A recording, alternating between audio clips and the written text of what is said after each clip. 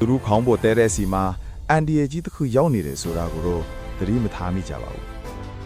ဒီနေရာမှာဇီးကွက်ကြီးရဲ့အထီးရောက်ဆုံးလူဝက်လက်နက်ကတော့သူ့ရဲ့နားတွေပါပဲသူကတိတ်ဆိတ်ချင်းရဲ့သခင်လူတင်စားကြတယ်လူတွေမကြားနိုင်တဲ့နှင်းအောက်ကခြေတံတွေကိုကြားနိုင်တဲ့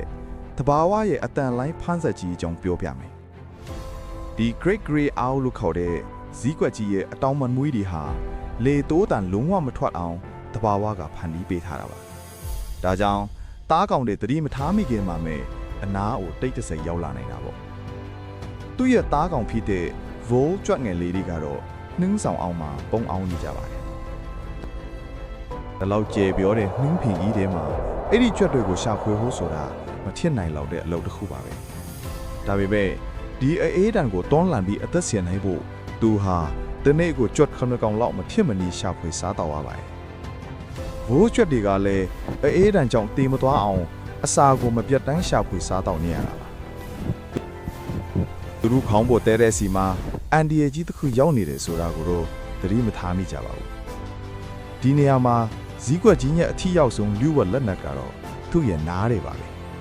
ညနေဖြင်းမှာဝိုင်းဆက်နေရောက်ပေါက်ရောက်နေတဲ့ထူတဲ့တောင်တဲနဲ့အမွေးတွေဟာအတန်လိုင်းတွေကိုချဲ့ပြီးနားပေါက်စီတန်းတန်းမတ်မတ်ရောက်အောင်စုစည်းပေးလိုက်ပါတယ်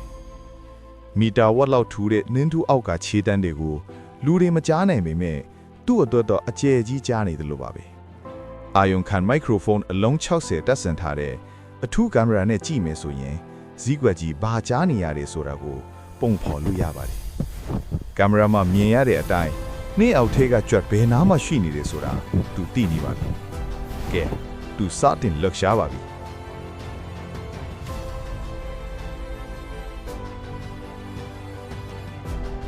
ဒိုင်ဘန်ထိုးစင်သွားတော့လေ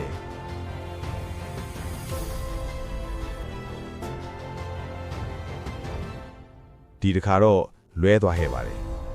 အကြားအယုံဘလောက်ကောင်းကောင်းနှင်းတူးတဲ့အမဲလိုက်ရတာကတော့ခက်ခဲတဲ့စိန်ခေါ်မှုတစ်ခုပါပဲ